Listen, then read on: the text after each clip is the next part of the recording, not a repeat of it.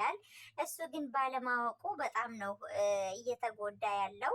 ነገሩን ሁሉ አውቆ እውነቱ ቢታወቅ በጣም ደስ ይለናል ማለት ነው። እንዲሁም ደግሞ ያው ኤርሚ ካገኘ ሴት ሁሉ ፍቅር ይዘዋል። በዚህ አጋጣሚ እንግዲህ ወንዶች ምን አይነት አስመሳይ ናችሁ! ከምር እንዲህ ስትችሉበት ደግሞ አንዳንዴ እኮ ድራማ ብላችሁ ራሱ ትኩር ብላችሁ ስታዩት የእውነት አንዳንዴ እውነተኛ ታሪክ ይመስላል ማለት ነው። ኤርሚያስ እንግዲህ ከአንቺ ሌላ ወደ ውጪ እያለ እንዲሁም ሴትነት ክብሯን ላፍ አድርጎ አጅሬ ማለት ነው እሷን እንደወደዳትና ከሷ ጋር አብሮ እንደሚኖር እያረጋት ነበረ። ስልኩንም በደወለች ሰዓት ወፍቺ ደግሞ ልትነዘንዘኝ ደወለች ደግሞ እያለ ነበር ማለት ነው። ግን እሷ ስልኩን ባነሳችው ሰዓት የኔ እስትንፋስ፣ የኔ ማር፣ የኔ የምናምን ነው ይል ልቆራመጥልሽ እያላት ነበረ ማለት ነው። እና በጣም ይገርባል ወንዶች ስታስመስሉ ሱብሃንአላህ ዋው ነው የምታስብሉት ማለት ነው። ምን አለ እውነተኛ ባህሪያችሁን ራሱ ልክ እንደዚህ ባደረጋችሁት ምን ነበረ አንድችም ሴት ልጅ ባላለቀሰች ማለት ነው። ልክ ወንድ ልጅ ለሴት ልጅ ወይም ደግሞ ወንድ ልጅ ለእህቱ የሚመኘውን ነገር ለሚስቱ ቢያደርግ ኖሮ ወይም ደግሞ እንደዚህ የውሸት ፍቅር በሚጃጃሉበት ልባቸው እውነተኛ ፍቅርን ቢያደርጉበት አንድችም ሴት ልጅ ባላለቀሰች ነበረ፣ እንደኔ ሀሳብ ማለት ነው። እንግዲህ ኤርሚያስ አብሯት ካደረ በኋላ ወደ ቤት ከሸኛት በኋላ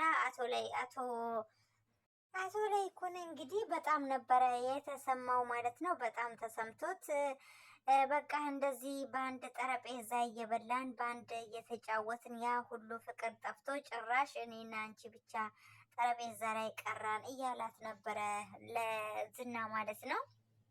ለዝናሽ ለዝናሽ ማለት ነው። እንደዛ እያላት ነበረ። እሷ ደግሞ ያው እንዳያችሁት ነው በጣም ቦግ ብላ ማለት ነው እኔ በህይወት እያለሁኝ እሷ መራቴ ሆና ማየት አልፈልግም እያለች ነበረ። እባክሽን እንደው ተረጋጊ ቢላትም እሷ ግን በጣም ልትረጋጋ አልቻለችም። አሁን ግን ወዳ ነው እንደምትረጋጋው ደካማ ጎኗን በጠቅላላ ሰምታለች ማለት ነው። በጣም ነው የሚያስጠላው። ግን ደግሞ የሁሉ ነገሩን ቢሰሙ ጥሩ ነው ማለት ነው የምታደርገው ነገር ሁሉ። አሁን ደግሞ ምን እንደምትፈጥር እናያለን ማለት ነው።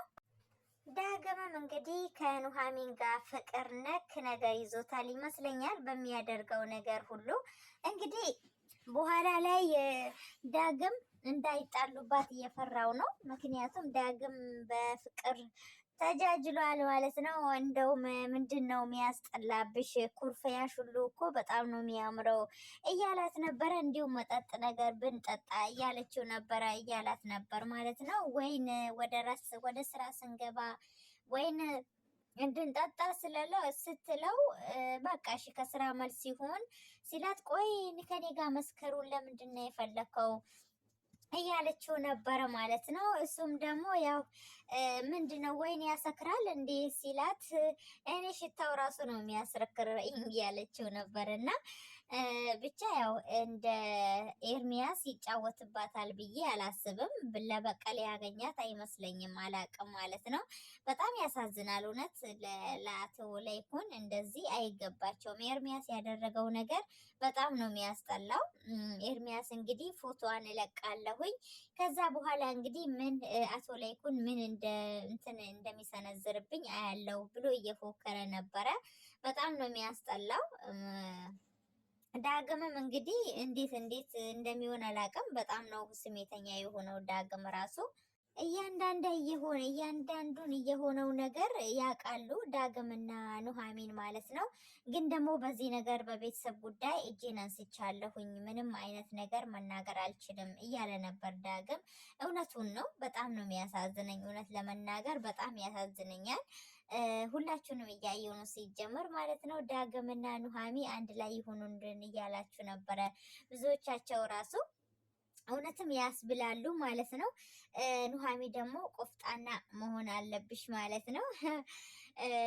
እንደው አሁንም እንደገና ዳግም ጉድ እንዳይሰራሽ ማለት ነው። ልክ እንደ ኤርሚያስ እና እናንተ ለወንዶች ስንት ልብ ነው ያላቸው? ግን በጤናቸው ነው ከምር ነው ምላችሁ እና ስንት ልብ ነው ግን ያላቸው ማለት ነው። እና ያው ዝናሽ ደግሞ እንዳያችሁት ነው በጣም ተናዳለች። በጣም በጣም ነው ያፈላችው። አሁንማ ምስጢሯን ሁሉ ስለሰማችባት ዳግም ሲያወራ ከአባቱ ጋር ባለትዳር እኮ ናት እናቴ፣ ባለትዳር ናት እናቴ ሳይል ዝናሽ ባለትዳር ናት እና የልጆችም ቤተሰብ አፍርታ የተቀመጠች ሰው ናት። እንዴት ይሄንን አደርጋለሁ ብሎ እያወራ ነበረ። እንዲሁም ደግሞ እንደዛ ብሎ እያወራት ነበረ። ለአባቱ እንደዛ ብሎ እያወራው ነበር። እንዴት እንደዚህ ትዳርጋለህ? በተለይ ደግሞ እኔ የዝናሽ ልጅ መሆኔን ማንም ሰው ማወቅ የለበትም እያለ እያንዳንዱን ምስጢሩን እየሰማች ነበረ ማለት ነው። ከዛ በኋላ እንዴ ይሄማ ጥሩ አጋጣሚ ነው እያለች ነበር። በጣም ነበረ በፈገግታ የተፈነጠረችው እና ቤቱን ደግሞ ሰተት ብላ ይሄን ወሬ ከሰማች በኋላ ሰተት ብላ ገብታ እንዴ ጉዷን ማለት ነው። ከዛ በኋላ አማቾቼ አሁንስ ቤታችሁን መጥቻለሁ እያለች ጉራዋን እየነፋች ነበረ። ያው ውሸት የሚያደርግ ሰው ወይም ደግሞ መጥፎ ሰው ወይም ተንኮለኛ ሰው ቢጋለጥ መልካም ነው ብዬ አስባለሁኝ። ቢጋለጡ ተጋልጠው በቃ ድራማው ራሱ ደስ እያለ ይሄዳል።